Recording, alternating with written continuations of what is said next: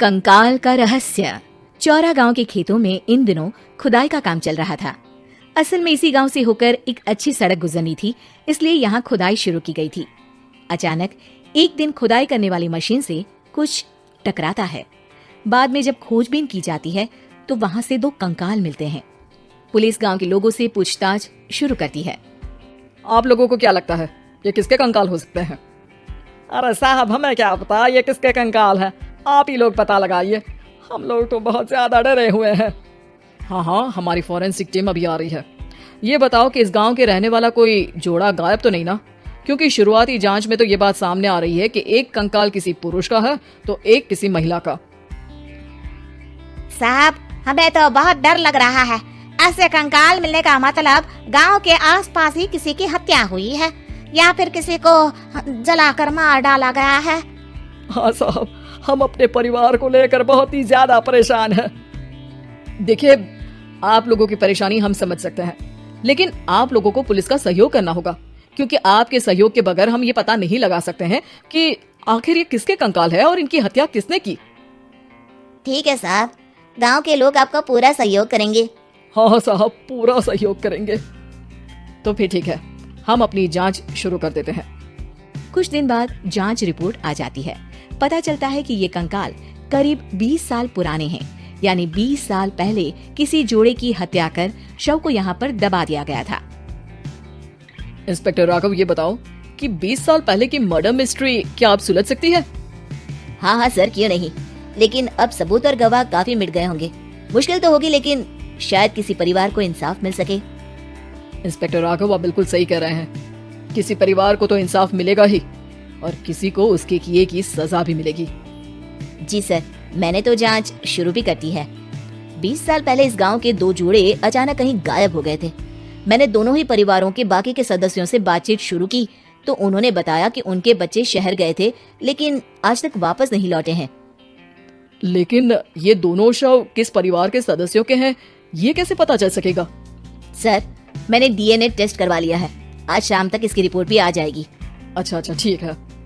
उसी शाम को सर, डीएनए रिपोर्ट के मुताबिक ये दोनों ही लाशें चौरा गांव के रहने वाले प्रधान सुल्तान सिंह के बेटे और बहू की है। लेकिन इनकी हत्याएं किसने की है, ये कैसे पता लगेगा? इसी का तो पता लगाने की कोशिश में जुटा हूँ सर। आज सुल्तान सिंह से मिलने भी जा रहा हूँ। मेरा बेटा और बहू तो मेरे लिए सिर्फ यादों में ही रह गए थे। हमें उनकी लाशें तक नहीं मिल सकी थी। आज 20 साल बाद उनके कंकाल मिले हैं। मैं अब किसके लिए जीऊं? लेकिन सर, क्या आपकी किसी से कोई दुश्मनी थी? अपने बेटे बहू की हत्या के लिए आप किसे जिम्मेदार मान रहे हैं? अब मैं किसका नाम बोलूं? मेरी तो किसी से दुश्मनी नहीं थी, बस मेरे बेटे बहू को कोई वापस ला पाता।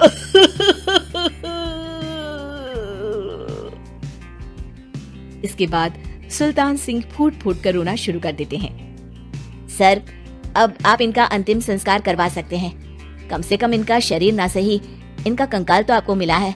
लेकिन हाँ, अगर आपको कुछ भी याद आए तो जरूर बताइएगा।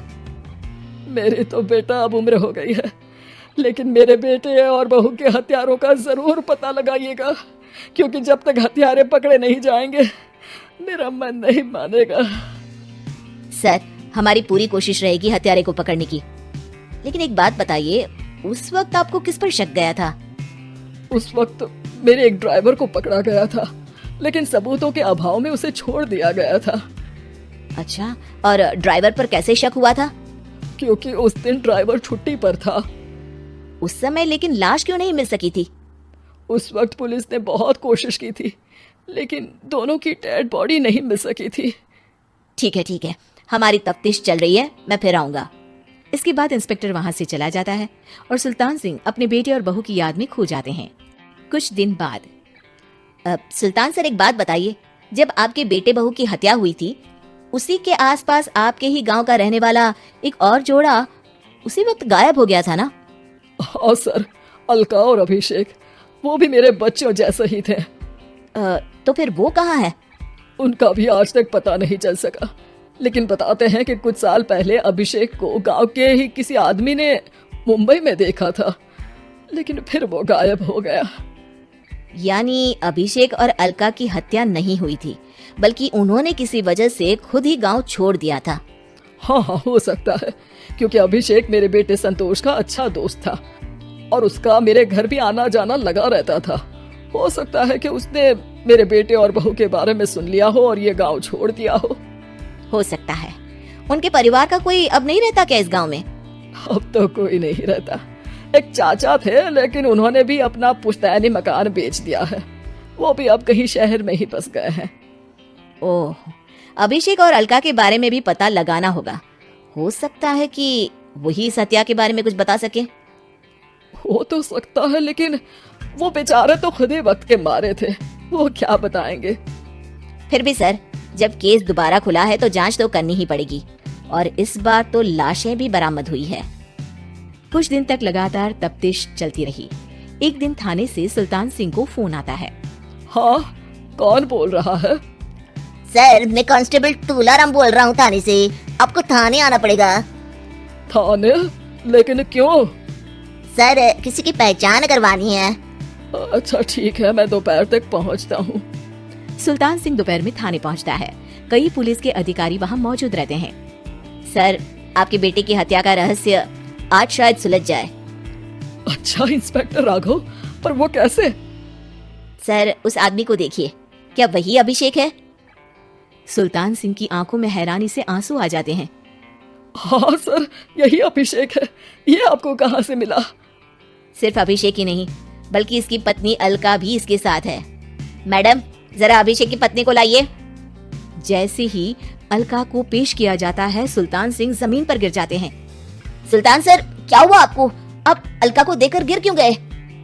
सुल्तान सिंह सर पकड़कर बैठ जाते हैं। ये अलका नहीं, बल्कि ये तो मेरी बहू रितु है। पूरा थाना एक दूसरे का मुंह देखने लगता है। क्या? इसके बाद हर किसी को दो कंकाल और हत्या का रहस्य समझ में आ गया। अभिषेक और रितु ने मिलकर संतोष और अलका की हत्या की थी और लाश को जमीन के नीचे दबा दिया था। आज 20 साल बाद इस हत्या का रहस्य खुल सका था कि अवैध प्रेम संबंध में दो मासूमों की जान गई थी।